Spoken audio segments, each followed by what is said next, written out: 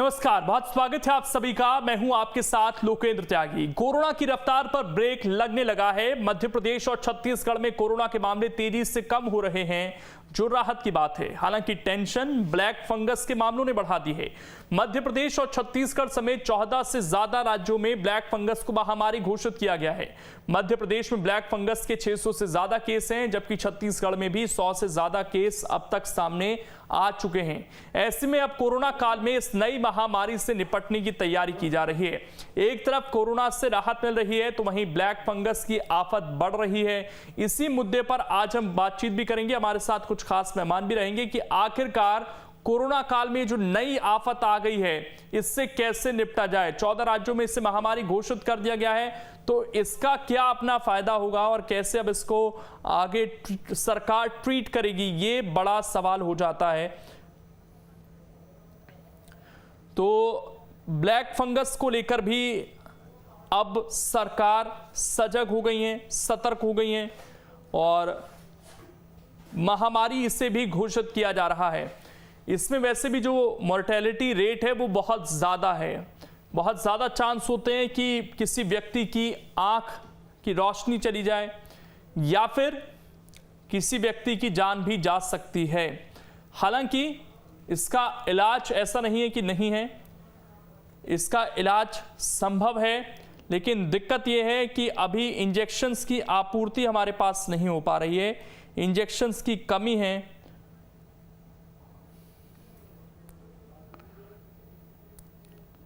और हमारे साथ कुछ खास मेहमान जुड़ गए हैं। इस वक्त हमारे साथ शरद पंडित जी जुड़ गए हैं, आपका स्वागत है। और शुभम भी हमारे साथ जुड़ गए हैं, हमारे सहयोगी। और इसके अलावा वरिष्ठ पत्रकार सत्य प्रकाश जी भी हमारे साथ जुड़ गए हैं। आप सभी का स्वागत है। सबसे पहले शुभम, मैं आपके पास आ रहा हूं। ब्लैक फंगस को लेकर मध्य प्रदेश सरकार की क्या तैयारी है फिलहाल?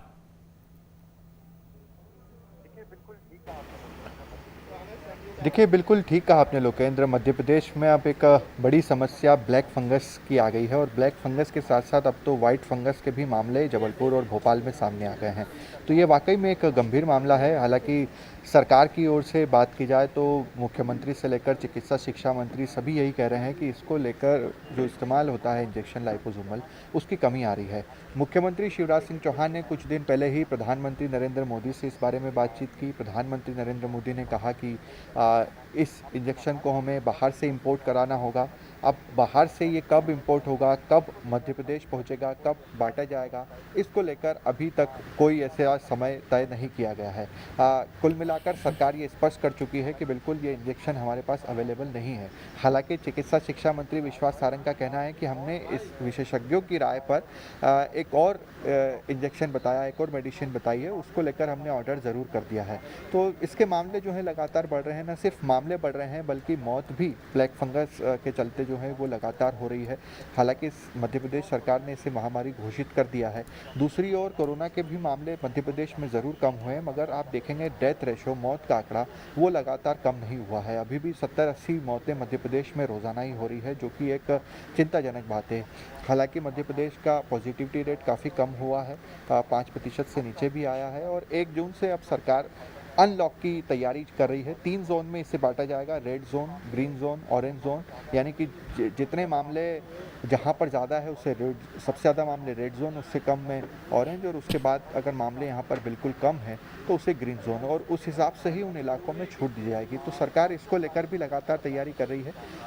माइक्रो प्लानिंग भी सरकार कर रही है। ग्रामीण इलाकों की अगर आप बात करते हैं तो इन इलाकों में भी लगातार किल कोरोना अभियान भी चलाया जा रहा है, टेस्टिंग की जा रही है। और ऐसा नहीं है कि मामले कम हुए तो टेस्टिंग नहीं मध्य प्रदेश में हुई है। 70-72 हज़ार टेस्ट मध्य प्रदेश में रोज़ाना किए जा रहे हैं और उसके बाद मामले जो हैं 6-7 हज़ार पर आ रहे हैं। हालांकि सरकार इस बात में भी अवेयर है कि अगर हम अनलॉक करेंगे और अचानक से अगर भीड़ बढ़ी तो फिर से ये हो सकता है कि मामले अचानक से बढ़ जाए।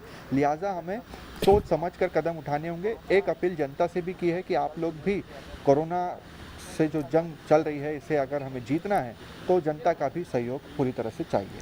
बिल्कुल। और जो 2 इंजेक्शन हैं इसके, शुभम, हमने देखा कि मार्केट में इसकी बाहरी कमी है।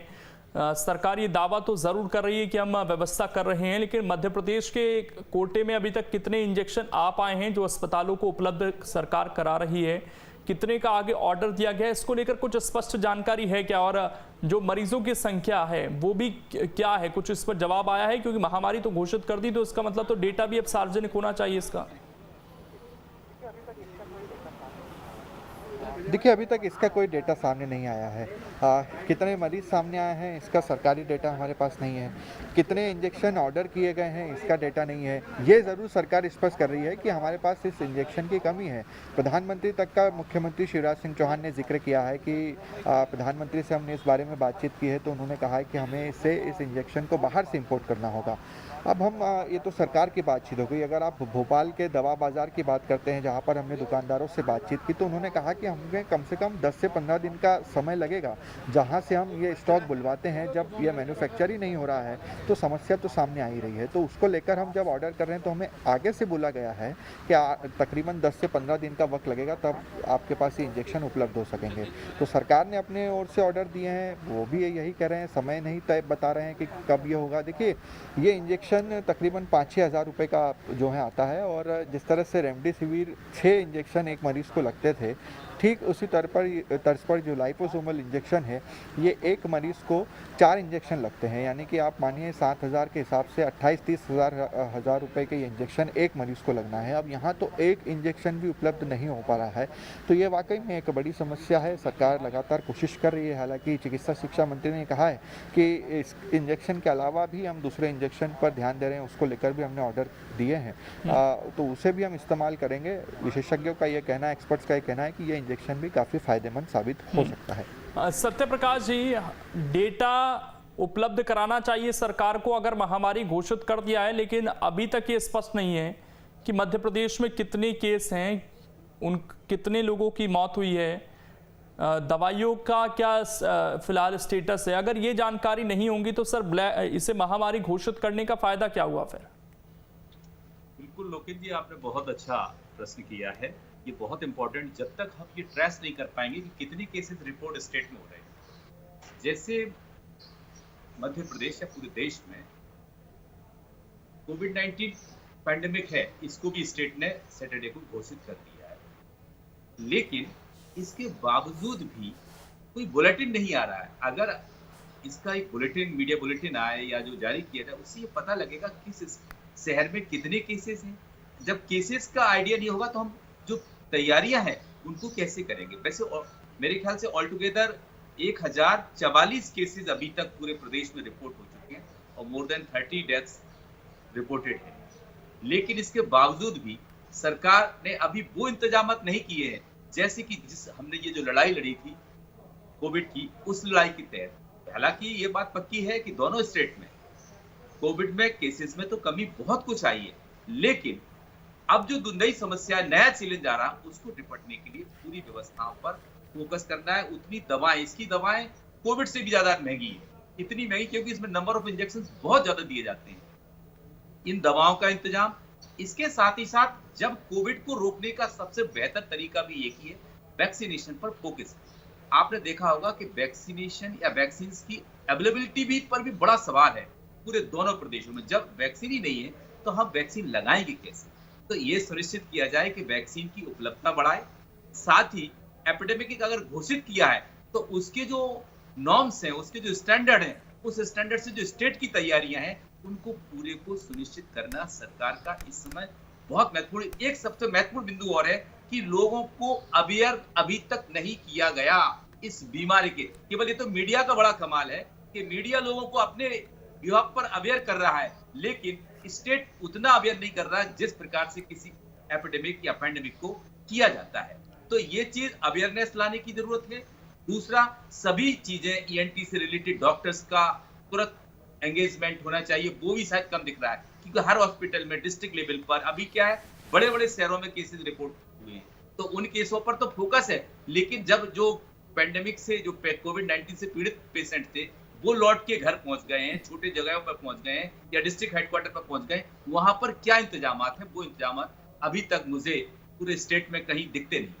ठीक जी लोकेश। डॉक्टर शरद पंडित जी भी हमारे साथ अब कनेक्ट हो गए हैं। शरद पंडित जी, अभी तक तो ये कहा जा रहा था कि ब्लैक फंगस को लेकर उतना ज्यादा में डरना नहीं है, लेकिन अब तो सर सरकारों ने इसे महामारी घोषित कर दिया है। इसका मतलब डरना तो चाहिए इस बीमारी से, और दवाइयाँ इसकी भी उपलब्ध नहीं हो पा रही हैं।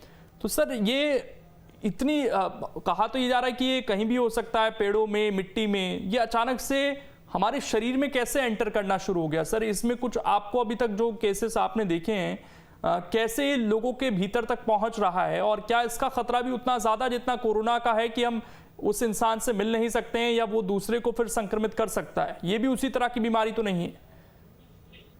हाँ, नमस्कार जी। मैं ये कह रहा हूँ कि इसमें जो है फंगल इन्फेक्शन को जो है इट्स ए कंसर्न, हमको उसके लिए चिंता तो करना पड़ेगी।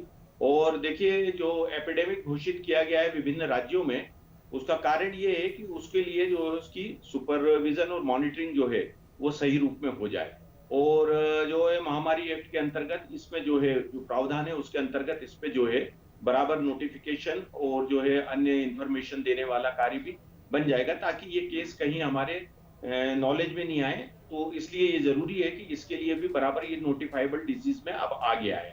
नंबर 1। नंबर 2, देखिए क्या है, फंगस का जो ये ग्रो होना है, ये दो चीजें हैं। एक तो जो है अनहाइजीनिक कंडीशन, जहां ह्यूमिडिटी ज्यादा होती है, उन दो कारणों से ये शरीर के किसी भी हिस्से में ग्रो हो सकता है। फंगस जो है एक्चुअली देखा जाए तो हमारे जो एडिबल आइटम्स रहते हैं, हम उनमें ऑब्जर्व करते हैं कि हमारे जो है वो खाने की रोटी में या जो है हमारी ब्रेड में, अनियन में, प्याज में, इस तरह की जो है काला जो है स्पोर्स जो रहते हैं एकत्रित हो जाते हैं। और जब इनको अनुकूल वातावरण मिलता है, जैसे मैंने बताया कि ह्यूमिडिटी है या कहीं अनहाइजीनिक जो है वो एनवायरनमेंट है, तो वहां ये फ्लरिश हो जाता है। अब देखिए, जो ये म्यूकोर माइकोसिस या ये जो फंगस ग्रो हुआ है कोविड के साथ, इसके 2-3 कारण जो है वो ऑब्जर्वेशंस में आ रहे हैं। एक तो ये है कि पेशेंट्स जो है वो डायबिटिक थे, परंतु ये भी देखा गया है जो डायबिटिक नहीं थे उनको भी हुआ है, जहां इरेशनलाइज्ड यूज ऑफ स्टेरॉइड किया है। तो इसलिए स्टेरॉइड का जो है यूज बड़ा जो है वो जेन्युइन वे में करना पड़ेगा, हमारे डॉक्टर्स को भी मॉनिटरिंग करना पड़ेगी। तो दूसरा कारण ये है। तीसरा, इसमें जो है हम इम्यूनोसप्रेस्ड हैं, कोविड की वजह से वैसे ही बॉडी का रेजिस्टेंस कम हो गया है, और इम्यूनोसप्रेस आदमी में इस तरह का जो है वो फंगस ग्रो होने के चांसेस ज्यादा रहते हैं। फिर हमने कई एंटीबायोटिक्स हैं, एंटीवायरल हैं, और भी दवाएं जो दी हैं, इंजेक्ट की हैं, वो भी एक कारण बनते हैं कि जहां ये फंगस ग्रो हो सकता है। तो देयर आर डिफरेंट रीजन, कई कारण हो सकते हैं जिसकी वजह से फंगस ग्रो हुआ। अब देखिए, जो कोविड पेशेंट है वो जो है मास्क उसको लगाया गया है, इंट्रानेजल ट्यूब लगाई गई है, तो ये भी सावधानी रखी जाना आवश्यक है कि उसको मास्क जो है बड़ा जो है वो हाइजीनिक तरीके से उसको जो है अप्लाई किया जाए, रोज मास्क को बदला जाए, उसमें कहीं भी कोई इन्फेक्शन नहीं आना चाहिए। ऑक्सीजन हम दे रहे हैं, ऑक्सीजन की बोतल में जो पानी है वो यदि जो है वो एक कंटामिनेटेड है तो वो भी एक कॉज बनता है। तो there are so many reasons जो हम लोग कई कारणों को लेके चल रहे हैं, तो उसके बाद ही जो है ये फंगस ग्रो होता है। परंतु इसके साथ एक अच्छी बात है, और जो मैं सबके दर्शकों के ध्यान में लाना चाहता हूं, कि इसके जैसे ही प्रारंभिक लक्षण आपको महसूस हो कि जैसे नाक के अगले हिस्से में दर्द होना, चेहरे के आधे हिस्से में कहीं दर्द होना, आंख में दर्द होना, या ब्लरिंग ऑफ विजन, यदि धुंधलापन है, तो तुरंत उसको नोटिस करें। ये वो स्टेज है जब फंगस ने शरीर के अंदरूनी हिस्से को जो है डैमेज नहीं किया है, ये प्रारंभिक रूप से बाहर के हिस्से में है, तो आराम से इसको निकाला जा सकता है, इसको कंट्रोल किया जा सकता है।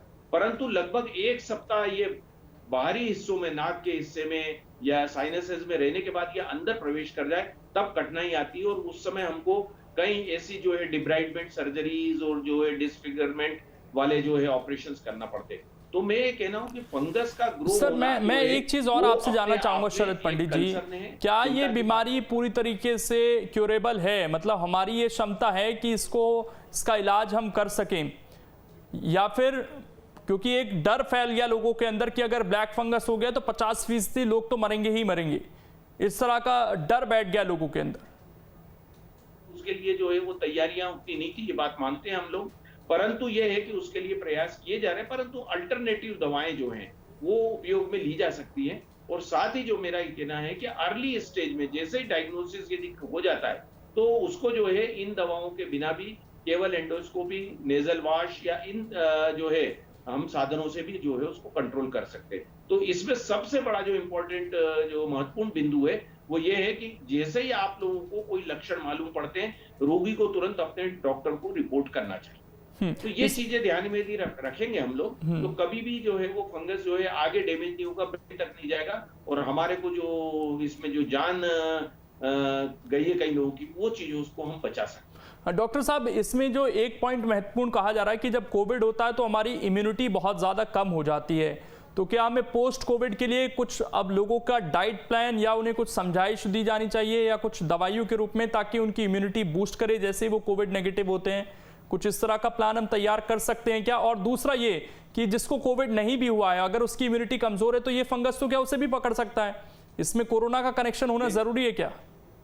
बिल्कुल जो है ये जैसे है, इसमें एक तो ड्यूरिंग हॉस्पिटलाइजेशन हमको जो है वो फंगस पे जो है मॉनिटरिंग करना पड़ेगी, कहीं इस रोगी में, कोविड के रोगी में फंगस ग्रो तो नहीं हो रहा है, नंबर 1। नंबर 2, जो पोस्ट कोविड पेशेंट है, जो हॉस्पिटल से डिस्चार्ज होने के बाद घर चले गए, उनको भी बराबर अपने ऑब्जर्वेशन में हमको हेल्थ की टीम को रखना पड़ेगा, उनका फॉलो अप जो है बराबर लेते रहना पड़ेगा। और साथ ही रोगी को जब हम डिस्चार्ज करते हैं, वो घर जाता है, तो उसको जो है हाइजीन के महत्व को बताना पड़ेगा, साथ ही साथ उसको ये बताना पड़ेगा कि अपनी इम्यूनिटी बनाए रखने के लिए आप जो है क्या आपको उपाय अपनाना है, और साथ ही जो है ओरल हाइजीन, प्रॉपर ब्रशिंग करना, गार्गलिंग करना, जो है नाक के जो है साफ सफाई जो है वो बराबर जो है करते रहें, कोई हम एंटीसेप्टिक सॉल्यूशन या गर्म पानी, कुनकुने पानी से साफ करते रहें, यानी कहीं भी इस तरह की जो है सावधानी पूरी तरह से रखना है कि फंगस वहां ग्रो नहीं हो सके। तो पोस्ट कोविड को भी और ड्यूरिंग जो है हॉस्पिटलाइजेशन, ये हमको जरूरी है कि ऐसे पेशेंट्स की निगरानी की जाए और उनको भी डिस्चार्ज के समय ये सारी सावधानियां रखने के लिए निर्देश देके भेजा जाए, और बाद में फॉलोअप भी ऐसे रोगियों का होना, जो हमारा कंट्रोल रूम है या हमारे जो डिस्ट्रिक्ट टास्क फोर्स है, डिस्चार्ज पेशेंट के बराबर फोन नंबर लेके मैं शुभम से इस पर अपडेट ले लेता हूं। शुभम, क्योंकि पोस्ट कोविड कई जगह हमने देखा था कि ओपीडी भी शुरू की गई थी, क्या वो काम कर रही हैं ठीक तरीके से? और कितनी जगह भोपाल का ही मैं अगर आपसे जानकारी चाहूं तो कितनी जगह पोस्ट कोविड सेंटर बने हैं जहां पर लोग अपनी समस्या बता सकते हैं अगर उन्हें किसी तरह की है, या फिर कुछ मरीजों से फॉलो अप लिए जा रहे हैं, इस तरह की खबर कोई आई हो? देखिए लोकेन, मुख्यमंत्री शिवराज सिंह चौहान जहाँ भी जा रहे हैं, यानी कि उज्जैन, इंदौर, आज जो है वो होशंगाबाद दौरे पर हैं, तो वहीं पर कलेक्टर्स को निर्देश दे रहे हैं कि आप ब्लैक फंगस के लिए एक अलग यूनिट तैयार कीजिए और वहाँ पर उनके मरीज़ आएंगे, जिसमें पोस्ट और प्री दोनों ही तरह के मरीज़ होंगे, यानी कि या तो वो मरीज़ जिन्हें कोविड के साथ साथ ब्लैक फंगस हुआ है, या फिर वो मरीज़ जो कोरोना से तो ठीक हो गए हैं मगर उसके बाद उन्हें ब्लैक फंगस की शिकायत आई है। अगर आप भोपाल की बात करें तो हमीदिया में 23 बेड्स का एक यूनिट हमीदिया अस्पताल में तैयार किया गया है, जहां पर 10 बेड जो हैं वो उन मरीजों के लिए जिन्हें जो कोविड से तो ठीक हो गए हैं मगर उसके बाद ब्लैक फंगस का शिकार हो गए हैं, तो उनका इलाज चल रहा है। और मुख्यमंत्री ने इसे लेकर भी स्पष्ट किया है कि मुफ्त इलाज जो है इसका किया जाएगा। तो मध्य प्रदेश की राजधानी भोपाल में हमीदिया अस्पताल में इसे लेकर व्यवस्था की गई है। इसके अलावा मुख्यमंत्री जहाँ जहाँ भी जा रहे हैं लोग वहाँ पर, यानी कि इंदौर, उज्जैन, रतलाम, हर जगह मुख्यमंत्री ने निर्देश दिए हैं कि आप कम से कम 20-30 बेड का तो एक अलग से यूनिट तैयार रखिए, जहां पर ब्लैक फंगस के जो मरीज आ रहे हैं उनका इलाज किया जा सके। हमारे साथ वरिष्ठ पत्रकार भी जुड़े हुए हैं। सर, दवाइयों की कमी हमने देखा है कि हर बार हो जाती है, कोविड के टाइम पर भी देखा गया। रेमडेसिविर के लिए हमने देखा मारामारी रही, डॉक्टर ये भी कहते रहे कि ये रामबाण नहीं है, उसके बावजूद हमने देखा अब 2 इंजेक्शन की किल्लत शुरू हो गई है, एक आध जगह कालाबाजारी की बात भी रिपोर्ट हो रही थी। सरकार क्या अभी से तैयारी शुरू कर सकती है इस पूरे मामले को लेकर? क्या आपको लगता है कि डिसीजन मेकिंग में ढिलाई होती है हमारे यहाँ पर हर चीज़ में? क्योंकि अभी तक हम देख रहे हैं वैक्सीन हो या प्रोटोकॉल बनाना हो कोविड का, या तो हम विदेशों को फॉलो कर रहे हैं, अपनी हमारी जो R&D है क्या उसकी कमी आपको नजर आती है? जी लोकिन जी, आपने बिल्कुल सही कहा है कि सरकार किसी भी बीमारी, या ये तो महामारी है, तो महामारी से निपटने के लिए जो इंतजाम करती है उन पर फोकस करने की बहुत आवश्यकता। जैसा कि आपने कोविड की जब भयावह स्थिति थी दूसरी वेव की प्रदेश में, उसमें आपने देखा होगा कि ऑक्सीजन, रेमडेसिविर को WHO ने बहुत इसके लिए कोई मैजिक बुलेट नहीं माना है, लेकिन इसके बावजूद भी इसकी कितनी कालाबाजारी हुई, जबकि मध्य प्रदेश के कनेक्शन गुजरात से भी जुड़े। तो ये कहीं ना कहीं प्रदेश की ढिलमुल रवैया रहा। आज जो इंजेक्शन म्यूकोमार्कोसिस के लिए जो दिया जा रहा है वो इंजेक्शन बहुत महंगा है और एक व्यक्ति को 60 तक इंजेक्शन दिए जाते हैं। अब ऐसे में इसकी कालाबाजारी पर पूरी तरह से व्यवस्था करना कि कालाबाजारी ना हो, क्योंकि कालाबाजारी अगर होगी तो लोगों को नहीं मिलेंगे, लोगों को नहीं मिलेंगे तो निश्चित मान लीजिए कि आप उनको क्योर करना मुश्किल हो जाएगा और देश में प्रदेश में क्या भयावह स्थिति होगी इससे नहीं कहा जा सकता। हाँ, सरकार ने ये जरूर किया है कि जो डिविजनल हेडक्वार्टर्स हैं वहां पर जो मेडिकल कॉलेजेस हैं उन मेडिकल कॉलेजेस में इसकी स्पेशल यूनिट बनाई है और स्पेशल यूनिट में उपचार भी शुरू कर दिए हैं। लेकिन मेरा कहना यह है कि prevention is better than cure. आपको कोविड के जो केसेस हैं, पेशेंट हैं, उनमें ये चीज कैसे जा रही है, कैसे इन्फेक्ट हो रही है, उस पर फोकस करने की बहुत आवश्यकता है। जैसा कि हमारे डॉक्टर साहब ने कहा है कि इसके कारण ढूंढना पड़ेंगे, उन कारणों पर अगर फोकस करे सरकार तो निश्चित रूप से उन केसेस में, उन मरीजों में इसको रोका जा सकता है। दूसरी चीज, दवाइयों की उपलब्धता बढ़ाने के लिए सरकार को फोकस करना पड़ेगा। अगर दवाएं नहीं होंगी तो दवाओं के अभाव में कई लोग जान गंवा जाएंगे। ऐसी स्थिति में सरकार इन दो चीजों पर बहुत फोकस करे कि नंबर ऑफ वार्ड्स बढ़ाएं, इसके डिस्ट्रिक्ट हेडक्वार्टर पे भी वार्ड्स बढ़ाएं, क्योंकि जब अभी इतनी जल्दी में आपने देखा कि 1000 के ऊपर केसेस प्रदेश में निकल गए, जब इतने केसेस बढ़ गए तो आप मान के चलिए कि अब ये cases district headquarter block level पर भी पहुंचेंगे। तो आपको ये सुनिश्चित करना पड़ेगा कि जो यूनिट्स हैं वो डिस्ट्रिक्ट हेडक्वार्टर पे भी स्टैब्लिश की जाए, तभी हम इस लड़ाई से जंग जीत सकते हैं। एक बात। दूसरा, मैंने पिछले बार भी कहा, अब मैं कहूंगा कि अवेयरनेस की वाकई कमी है लोगों में, क्योंकि ये जब बीमारी फैल रही है तो जो लोग घर में पहुंचेंगे ठीक होके, वो इस केस को लेके जब पहुंचेंगे जिस इन्फेक्शन को, तो परिवार में भी फैला सकते हैं कि कई परिवार में भी कई लोगों की इम्यूनिटी वीक हो सकती है। तो ऐसी स्थिति में यहाँ पर सरकार के द्वारा स्पेशल कैंपेन अवेयरनेस का चलाया जाना चाहिए, जिससे दूसरों को ये बीमारी ना हो, यही मैं कहना चाहता हूँ। ठीक, डॉक्टर शरद पंडित जी, अब हम देख रहे हैं कि राज्य सरकारें अपने हिसाब से इसे महामारी घोषित कर रही हैं, लेकिन महामारी तो सर सेंट्रल के हाथ में होनी चाहिए, उन्हें एक स्पेसिफिक गाइडलाइन बनानी चाहिए उसको लेकर।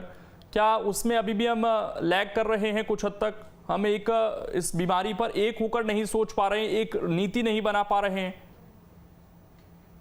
नहीं, देखिए क्या है कि ये जो है एक जो है अप्रत्याशित था और उसकी वजह से इसमें विलंब तो हुआ है, परंतु जीओआई ने, मतलब भारत शासन ने भी इस संबंध में जो है वो निर्देश जारी किए हैं और साथ ही साथ जो है राज्य शासन भी जो है महामारी घोषित कर रहे हैं, तो वो उनकी कंसल्टेशन से ही जो है वो कार्य हो रहा है। और मैं समझता हूं कि अच्छा है, अभी भी यदि राज्य अपने स्तर पर भी जारी कर रहे हैं तो इसमें कोई वो नहीं है, इसमें कोई मेरे ख्याल से आपत्तिजनक नहीं है। और साथ ही साथ क्या है कि इसके संबंध में जैसा अभी बताया गया लोकेंद्र, कि हम लोगों को इसके लिए लोगों को, पब्लिक को अवेयरनेस करना बहुत जरूरी है। देखिए, हम कितने भी बेड सुरक्षित कर दें, हम कितने भी अस्पतालों को चिन्हित कर दें, हम इसके उपचार के लिए जो है दवाइयां जो है उतनी उपलब्ध करा दें, पर वो फिर भी कम पड़ेंगी। इसलिए लोगों को इस बीमारी के बारे में बहुत छोटे छोटे बुलेट पॉइंट्स के साथ ये जानकारी दी जाना चाहिए। हमारे जो है वो एक छोटे से राइटअप के साथ, बिल्कुल जागरूकता जिस तरीके से कोरोना की हमने फैलाई, उसी तरीके से इस पर भी काम करना होगा, तभी बात बनेगी और इस बीमारी को रोका जा सकता है। लेकिन सेल्फ हाइजीन, साफ सफाई का बहुत ध्यान रखिए। सब्जियां, जो भी घर में आपका सामान आ रहा है उसे अच्छे से साफ कर लें, धो लें, और अगर कोई चीज़ खराब हो चुकी है, सड़ चुकी है, तो उसको बिल्कुल अपने से दूर कर दें। शुक्रिया आप सभी का जुड़ने के लिए और बातचीत करने के लिए। छोटे से ब्रेक के लिए यहाँ पर रुकेंगे, खबरें लगातार जारी हैं।